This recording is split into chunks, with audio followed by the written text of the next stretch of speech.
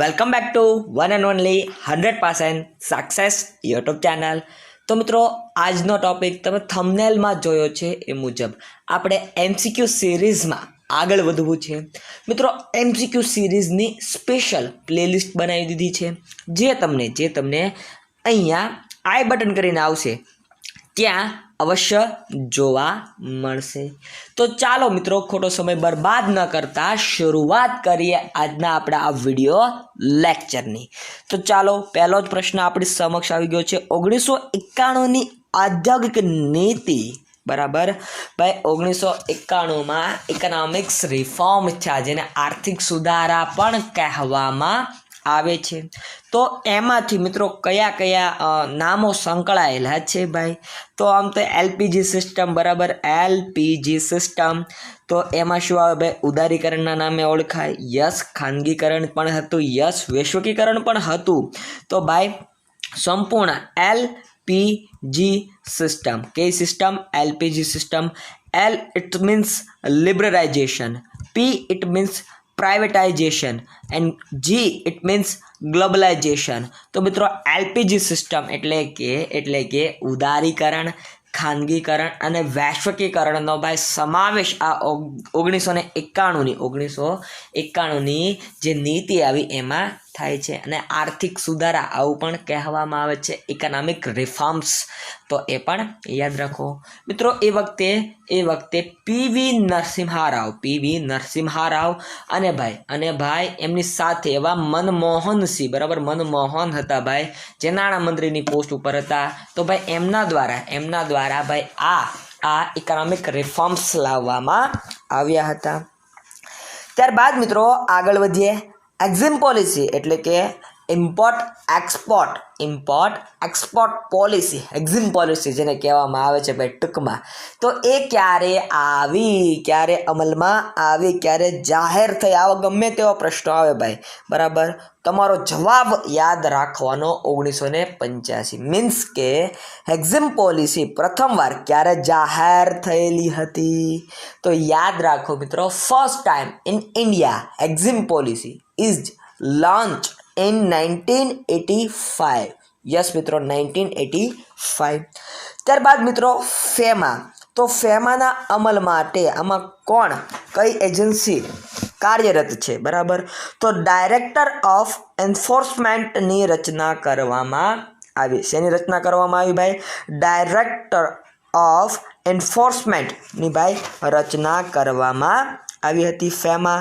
તો ફેમાનું full form પણ યાદ રાખવું જોઈએ. ફોરેન એક્સચેન્જ મેનેજમેન્ટ એક્ટ, બરાબર, ફોરેન મેનેજમેન્ટ એક્ટ ભાઈ યાદ રાખો. તો આ ફેરાના સ્થાને ફેમા આવ્યું ભાઈ, એ પણ યાદ રાખો. ત્યારબાદ મિત્રો રાષ્ટ્રીય કૃષિ અને ગ્રામીણ વિકાસ બેંક એટલે કે national agriculture bank and rural development, આ નાબાર્ડનું ફૂલ ફોર્મ છે મિત્રો, રાષ્ટ્રીય કૃષિ અને ગ્રામીણ વિકાસ બેંક, બરાબર. તો ભાઈ આ બેંકની સ્થાપનાનું વર્ષ અને તારીખ બંને પૂછ્યું ભાઈ, તો 12 જુલાઈ 1982 ભાઈ, આ એનો સાચો જવાબ અહીં ઠરી રહ્યો છે ભાઈ. તો આવા પ્રશ્નો પણ તમારી એક્ઝામમાં બેઠા જોવા મળી શકે છે. ભારતમાં દુર્ગાપુર સ્ટીલ પ્લાન્ટ, શેની વાત છે મિત્રો? ભારતમાં આવેલું દુર્ગાપુર સ્ટીલ પ્લાન્ટ કોની સહાયથી સ્થાપવામાં આવેલ છે ભાઈ? કોની સહાયથી? તો બ્રિટનની સહાયથી સ્થાપવામાં આવેલું છે. કોની સહાય? બ્રિટનની સહાયથી. ત્યારબાદ ભારતમાં જાહેર ક્ષેત્રનું ડિસઇન્વેસ્ટમેન્ટ કરવાની પ્રક્રિયાના કયા વર્ષથી પ્રારંભ થયો ભાઈ? તો મિત્રો 1985. આ મિત્રો એવી સાલવારી છે કે જ્યારથી ભાઈ ડિસઇન્વેસ્ટમેન્ટ કરવાની પ્રક્રિયાનો પ્રારંભ થયો. કેમાં ભાઈ? જાહેર ક્ષેત્રમાં, બરાબર. જાહેર ક્ષેત્રમાં ડિસઇન્વેસ્ટમેન્ટ કરવાની પ્રક્રિયાનો પ્રારંભ ક્યારથી થયો ભાઈ? તો યાદ રાખજો, 1985 ન આવે, 1991 આવે. શું આવે? 1991. એટલે કે આર્થિક સુધારા થયા ભાઈ, ત્યારથી ભાઈ જાહેર ક્ષેત્રોમાં ડિસઇન્વેસ્ટમેન્ટ કરવાની પ્રક્રિયાનો પ્રારંભ થઈ ગયો, બરાબર. ખાનગીકરણનો અમલ શરૂ થઈ ગયો એટલા માટે. ત્યારબાદ મિત્રો BIFR નું પૂરું નામ શું છે? તો board four industrial and financial reconstruction, બરાબર. ફરીવાર, board four industrial and financial reconstruction ભાઈ, આ BIFR નું ફૂલ ફોર્મ છે ભાઈ. તો આ ફૂલ ફોર્મ પણ પૂછાઈ શકે, તમારે યાદ રાખવું જ જોઈએ. ત્યારબાદ BIFR ની રચનાનો મુખ્ય હેતુ, મેઇન ગોલ શું હતો? તો નુકસાન કરતા જાહેર એકમોની પુનઃરચના કરી તેમને નાણાકીય સહાય કરવી ભાઈ. આ એમનો મુખ્ય હેતુ હતો. શું હેતુ હતો ભાઈ? તો નુકસાન કરતી જે પણ જાહેર એકમો હોય, બરાબર, એમની પુનઃરચના કરી તેમને નાણાકીય સહાય પૂરી પાડવાનો ભાઈ મુખ્ય હેતુ હતો. યાદ રાખજો. ત્યારબાદ મિત્રો પ્લાન ઇકોનોમી ફોર ઇન્ડિયા પુસ્તક કોણે લખેલું છે? તો M વિશ્વેશ્વરૈયા, બરાબર. પ્લાન ઇકોનોમી ફોર ઇન્ડિયા આ પુસ્તક કોના દ્વારા લખવામાં આવ્યું છે? તો M વિશ્વેશ્વરૈયા દ્વારા ભાઈ આ પુસ્તક લખવામાં આવેલું છે. અને મિત્રો આ પુસ્તક વારંવાર રિપીટ પણ થતું હોય છે. કોમ્પિટિટિવ એક્ઝામની વાત કરું છું મિત્રો, એમાં રિપીટ થતું જોવા મળે છે. તો મિત્રો અર્થશાસ્ત્ર કોણે લખ્યું ભાઈ? અર્થશાસ્ત્ર તો કૌટિલ્ય, બરાબર. અર્થ આવે એટલે કૌટિલ્ય યાદ રાખો. તો પ્રિન્સિપલ્સ ઓફ ઇકોનોમિક્સ મિત્રો આ પુસ્તક કોણે લખ્યું છે? આનો જવાબ તમારે મને કમેન્ટ સેક્શનમાં કમેન્ટ કરીને કહેવો અવશ્ય જોઈએ ભાઈ. ઈસવીસન 1944માં મુંબઈના 8 ઉદ્યોગપતિઓ દ્વારા રજૂ કરવામાં આવેલ એક પ્લાનને શું કહેવામાં આવેલ છે ભાઈ? તો એને મિત્રો બોમ્બે પ્લાન કહેવામાં આવે. યસ, બોમ્બે, મુંબઈના ઓલા ઉદ્યોગપતિઓ હતા ભાઈ, એના દ્વારા રજૂ થયું એટલે બોમ્બે પ્લાન, બરાબર. આવું નામ આપી દેવામાં આવ્યું. ક્યારે આવ્યો ભાઈ બોમ્બે પ્લાન? તો 1944ની સાલવારી દરમિયાન, બરાબર. સાલવારી દરમિયાન ભાઈ આ બોમ્બે પ્લાન આવ્યો હતો. ત્યારબાદ મિત્રો આગળ વધીએ અને વાત કરવી છે બીજા આવા જ પ્રશ્નની. ગાંધી પ્લાન ઈસવીસન 1944માં કોણે રજૂ કર્યો હતો? તો MN રોય, બરાબર. MN રોય દ્વારા ભાઈ ગાંધી પ્લાન 1944 કરીને ભાઈ રજૂ કરવામાં આવ્યો હતો. MN રોય દ્વારા, માનવેન્દ્રનાથ રોય, બરાબર. ત્યારબાદ મિત્રો પીપલ્સ પ્લાન ઈસવીસન 1945માં કોણે રજૂ કર્યા હતા? તો પણ આ પણ MN રોય જ આવે ભાઈ, બરાબર. 1944માં એણે ગાંધી પ્લાન અને પીપલ્સ પ્લાન ઈસવીસન 1945માં કોણે રજૂ કર્યો હતો? તો આ પણ MN રોય આવે. કોણ આવે? MN રોય આવે. તો યાદ રાખો. ત્યારબાદ મિત્રો પ્રથમ વચગાળાનું બજેટ કોણે રજૂ કર્યું હતું? તો CD દેશમુખ, બરાબર. BD દેશમુખ નથી મિત્રો, CD દેશમુખ છે ભાઈ. તો CD દેશમુખ ભાઈ એમના દ્વારા સોરી મિત્રો, CD દેશમુખ પણ નહીં, BD દેશમુખ જ આવે. યસ મિત્રો, અહીંયા BD દેશમુખ જ આવે, બરાબર. BD દેશમુખ આમના દ્વારા પ્રથમ વચગાળાનું બજેટ રજૂ કર્યું હતું ભાઈ. કોના દ્વારા? BD દેશમુખ, બરાબર. BD દેશમુખ. મિત્રો અહીંયા CD દેશમુખ જવાબ નથી આવતો, બરાબર, કારણ કે CD દેશમુખ તો કોણ હતા ભાઈ? RBIના પ્રથમ ગવર્નર હતા ભાઈ CD દેશમુખ, બરાબર. તો મિત્રો કંઈ RBIના ગવર્નર બજેટ રજૂ ન કરે, બરાબર, એટલે અહીં BD દેશમુખ. યસ, ઓકે, સાચો જવાબ ઠરે છે. ત્યારબાદ ભારતમાં શેર બજાર પર અંકુશ રાખતી કાનૂની સંસ્થા મિત્રો શેર બજાર ઉપર કીધી ભાઈ. શેર બજાર ઉપર કોણ અંકુશ રાખે છે? તો securities and exchange board of India, SEBI, બરાબર. Securities and exchange board of India ભાઈ SEBI એના ઉપર નજર રાખતી હોય છે. સરકારના બેન્કર તરીકે કોણ કાર્ય કરે છે? તો RBI, Reserve Bank of India એ સરકારના બેન્કર તરીકે, સરકારની બેંક તરીકે ભાઈ કામ કરે છે. કોણ કામ કરે છે? Reserve Bank of India. ત્યારબાદ નીચેનામાંથી ભારત સરકારનો કયો ખર્ચ બિન આયોજન એટલે કે નોન પ્લાન ખર્ચ ગણાય છે? તો તમામ સંરક્ષણ ખર્ચ. આમાં આયોજન હોય પછી આમાં ક્યારેક ફેરફાર આવી જાય, બરોબર, એટલે આ બિન આયોજન નોન પ્લાનમાં આવે. સબસિડી આ નક્કી ન હોય મિત્રો, સબસિડીનો પ્લાન પણ નક્કી ન હોય. વ્યાજની ચૂકવણી આ પણ ફિક્સ નથી હોતી. એટલે તમારો જવાબ શું આવે? તમામે તમામ તમારો જવાબ અહીં બને છે. તો યાદ રાખો મિત્રો, નીચેનામાંથી ભારત સરકારનો કયો ખર્ચ બિન આયોજન નોન પ્લાન ખર્ચ ગણાય છે? તો સંરક્ષણ ખર્ચ, સબસિડી, વ્યાજની ચૂકવણી ભાઈ આ તમામ સાચા જવાબ આવે. ત્યારબાદ કપાટ નું મુખ્ય કાર્ય શું છે?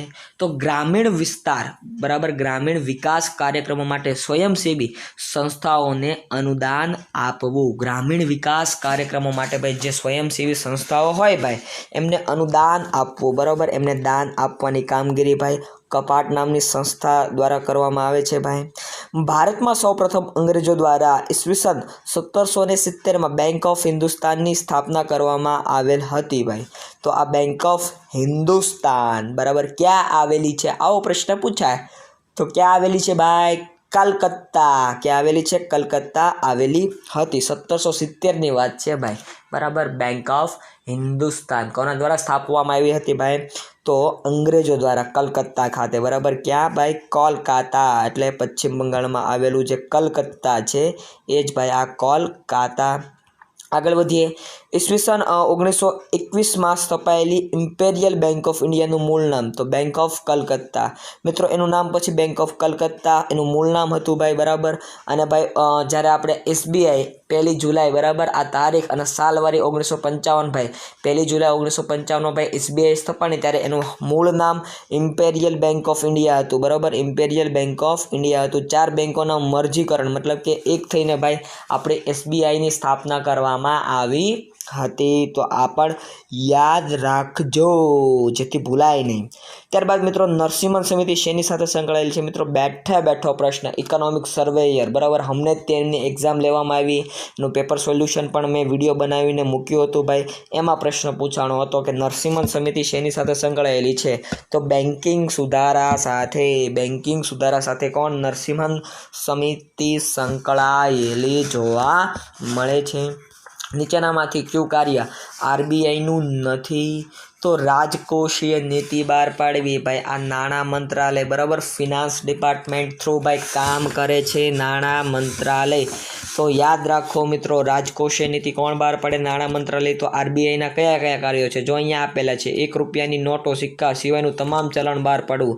જો 1 રૂપિયાની નોટો અને સિક્કો ભાઈ આ નાણાં મંત્રાલય બહાર પાડે છે બરાબર. એમાં સચિવની સાઇન હોય. કોણની સાઇન હોય? નાણાં સચિવની સાઇન સિગ્નેચર જોવા મળતી હોય. બેંકોની બેંક તરીકેની કામગીરી કોણ કરે ભાઈ? RBI બેંકોની બેંક તરીકેની કામગીરી કરે છે ભાઈ. શાખ નિયંત્રણ કરે. શું કરે ભાઈ? શાખનું નિયંત્રણ કરે છે. તો મિત્રો યાદ રાખો આ બધા RBIના કાર્યો છે પરંતુ રાજકોષીય નીતિ બરાબર એ નાણાં મંત્રાલય થ્રુ બહાર પાડવામાં આવતી હોય છે.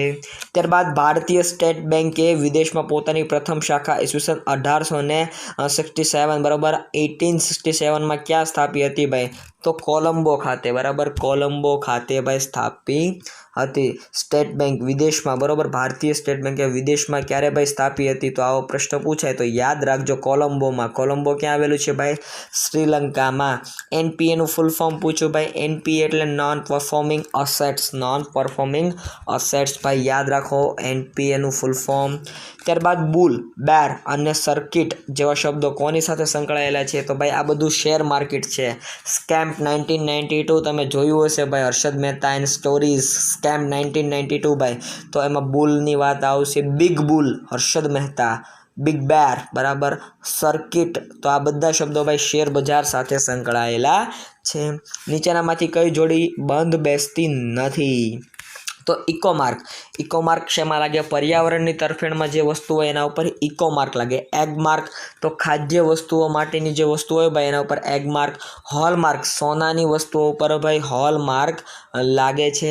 ISI તો આ ખાદ્ય વસ્તુ ઉપર ન લાગે. ઇન્ડિયન સ્ટાન્ડર્ડ ઇન્સ્ટિટ્યુશન દ્વારા ભાઈ ISIનો માર્કો લગાવવામાં આવતો હોય છે. આવું ઇન્ટરનેશનલમાં પણ એક આવે છે ભાઈ એટલે એ પણ હું તમને કહી દઉં જેથી કરીને તમે મને કમેન્ટ સેક્શનમાં પછી સંભળાવો ને એટલા માટે. ગાડગિલ ફોર્મ્યુલા કોની સાથે સંકળાયેલ છે ભાઈ? કેન્દ્ર અને રાજ્ય વચ્ચે કરની વહેંચણી બરાબર. રાજ્ય અને કેન્દ્ર વચ્ચે કરની વહેંચણી ભાઈ ગાડગિલ ફોર્મ્યુલા અંતર્ગત કરવામાં આવે છે. ભારતીય અર્થતંત્રમાં કોને કરોડરજ્જુ ગણવામાં આવે છે? તો વેપાર બરાબર. વેપારને ભાઈ વેપારને શું ગણવામાં આવે છે ભાઈ? તો કરોડરજ્જુ ગણવામાં આવે છે અર્થતંત્રની કરોડરજ્જુ. ત્યારબાદ નીચેનામાંથી કયો વેરો પ્રત્યક્ષ કર નથી? તો મિત્રો એસ્ટેટ ડ્યુટી બરાબર આ પ્રત્યક્ષ છે. આવક વેરો પ્રત્યક્ષ છે. કંપની અને નિગમોનો વેરો એ પણ प्रत्यक्ष है परंतु सेवा कर ए परोक्ष कर है भाई बराबर। तो जीएसटी केवो कर है GST goods and services tax भाई जीएसटी केवो कर है कमेंट सेक्शन में जणावो तो जरा मने। नीचेनामांथी क्यो वेरो परोक्ष कर नहीं भाई व्यवसाय वेरो ए परोक्ष कर नहीं व्यवसाय वेरो ए परोक्ष कर बिल्कुल भी नहीं याद राखजो कारण के आवा प्रश्नों पूछाई शके छे भाई बराबर। तो परोक्ष कर कया कया थई गया एक्साइज ड्यूटी वेचाण वेरो अने वाहन परनो कर आ बधा परोक्ष कर थई गया।